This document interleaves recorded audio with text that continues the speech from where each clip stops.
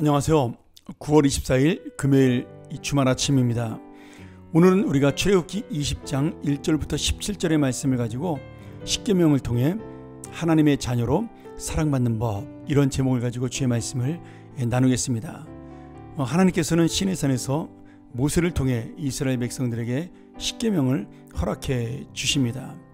이 십계명은 단순히 율법이고 지켜야 될 말씀 그 정도로 끝나는 것이 아니라 이제 애굽에서 해방된 이스라엘 백성이 하나님의 자녀가 되어 새로운 삶, 하나님 나라의 백성으로 살아가는 하나님 나라의 통치 방식과 하나님 나라의 문화와 그리고 하나님의 진리 가운데 살아가는 그런 놀라운 은혜의 삶의 길을 보여주는 것이 바로 십계명이라고 할 수가 있습니다.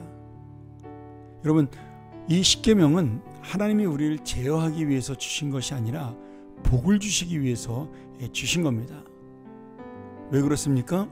이 십계명을 잘 지키면, 이 십계명을 내가 순종하면 결국 그것이 공동체가 함께 사는 길이 되고 내 개인의 삶이 하나님 앞에서 복을 받는 길이 됩니다. 이 십계명 한 계명을 나누다 보면요, 그 계명 속에는 결국 인간의 욕망을 제어하고 서로가 서로 간에 공동체를 생각하며 그리고 남을 먼저 생각하는 그러한 천국의 모습, 하나님 나라의 모습이 담겨 있습니다. 사실 우리가 이 십계명의 중심을 생각하고 이 말씀의 의미를 기억하면서 살아간다면 우리에게 수많은 법들이 있지 않습니까? 헌법이 있고 민법이 있고 상법이 있고 형법이 있고 수도 없이 많은 법이 있는데 이 모든 것들은 쓸데없는 것에 불과하게 됩니다. 이 십계명만 가지고 노력해도 우리는 우리에게 있는 모든 법을 다 지킬 수 있는, 내 능력으로 힘들겠지만 그럼에도 내가 그렇게 복잡하게 살지 않아도 하나님의 뜻대로 살 수 있는 그런 은혜로운 삶을 살 수가 있습니다. 여러분, 이 법이라는 게 뭘까요? 우리에게 주어진 모든 법은요, 인간의 욕망으로 다른 사람이 피해를 입지 않도록 막아놓은 겁니다. 그런데 이 십계명은 하나님의 뜻을 내가 지킴으로 스스로 우리의 욕망을 제어하고 막을 수 있는 장치가 되어 있는 겁니다. 그러니 십계명만 잘 지키고 마음에 담고 살아도 수도 없이 많은 법들은 쓰레기에 불과하게 되는 거죠. 중요한 것은 여러분, 법이 자세하고 많고 그런 것이 아니라 내 중심에 정말 하나님이 원하시는 삶을 사느냐, 하나님이 기뻐하시는 삶을 사느냐, 내가 하나님 중심의 삶을 사느냐, 그것이 바로 우리의 문제입니다. 오늘 이 십계명을 주시면서 주님께서는 서론 말씀에 나는 너희를 애굽 땅에서 구원하여낸 너의 하나님이다, 이렇게 말씀함으로 우리에게 새로운 인생을 주셨고 새로운 나라를 세우셨다는 분명한 그런 하나님의 어떤 목적을 말씀하고 계시는 겁니다. 그러니 이 십계명을 주신 것은 하나님의 구원에 대한 감사요, 은혜요, 그리고 결국 우리가 함께 하나님과 살아갈 그런 믿음의 모습이라는 것을 볼 수가 있는 겁니다. 자, 그러면 십계명을 좀 간단하게 하나씩 살펴볼까요? 1계명, 2계명, 3계명은 하나님에게 직접 관계된 법입니다.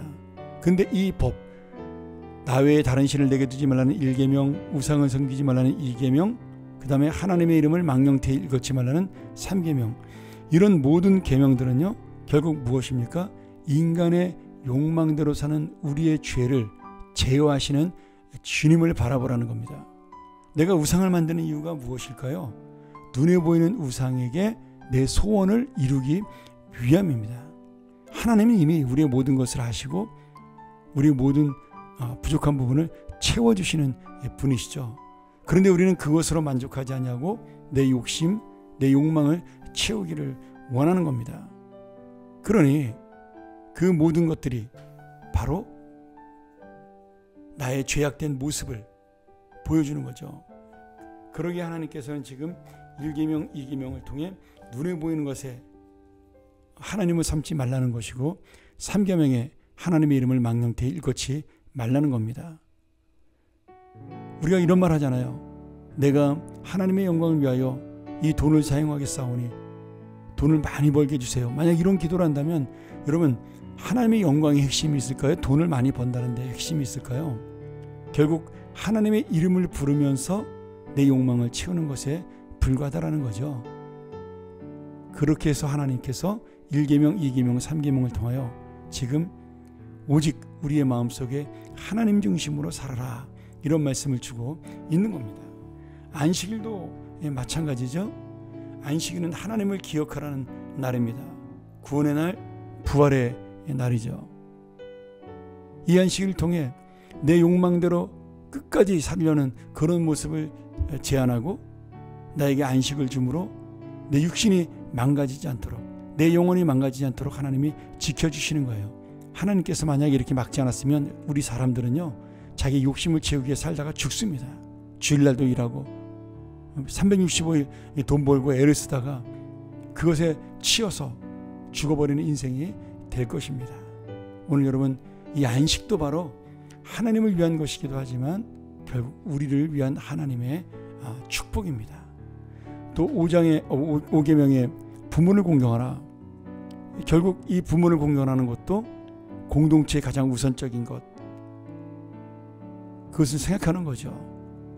내 중심이 아닌 부모님 중심, 내 중심이 아닌, 내 사랑이 아닌 부모님 사랑, 그것을 통하여 하나님의 살아계심을 만나는 겁니다. 여기 또 살인하지 말라, 간음하지 말라, 도둑질하지 말라, 거짓말하지 말라, 마지막에 탐내지 말라, 이 모든 계명들 자체가 다 무엇이에요? 공동체의 삶입니다. 하나님 나라의 삶이죠.